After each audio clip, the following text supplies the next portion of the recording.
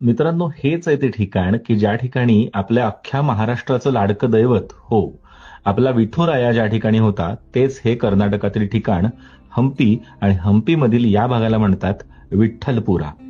अप्रतिम वास्तुकलेचा नमुना असलेला हा भाग अक्षरशः आपल्याला वेड लावून ठेवतो आणि पाहत राहावा असं हे ठिकाण आहे. हंपीमध्ये असलेलं मोस्ट पॉप्युलर डेस्टिनेशन कुठलं असं जर तुम्ही विचारलं तर हे आहे मोस्ट पॉप्युलर डेस्टिनेशन, म्हणजेच विठ्ठल मंदिर. या ठिकाणी अजून एक वैशिष्ट्य आहे. ते असं आहे की या ठिकाणी असलेला हा दगडी रथ की ज्याची चाकं जागेवर गोल फिरायची एकेकाळी. किती सुंदर वास्तुकला असेल तुम्ही कल्पना करू शकता. आज 50 रुपयाच्या नोटेवर असलेला जो दगडी रथ आहे तो याच ठिकाणचा रथ आहे आणि हाच आहे तो रथ. विठ्ठल मंदिराच्या प्रत्येक खांबांमधून सप्तसूर आजही ऐकू येतात.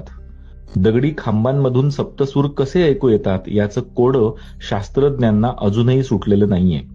प्रत्येक खांबावर रामायण आणि महाभारतातील प्रसंग इथल्या गाईडकडून नक्कीच ऐकून घेतले पाहिजेत, कारण पटकन आपल्या ते लक्षात येत नाहीत आणि हजारो शिल्पकृती या विठ्ठलपुरामध्ये आपल्याला अक्षरशः वेड लावतात. या ठिकाणी आत्ता विठ्ठल नाहीये. मुघल सुलतानांनी जेव्हा आक्रमण केलं तेव्हा काही महिने या ठिकाणी फक्त तोडफोडच झाली.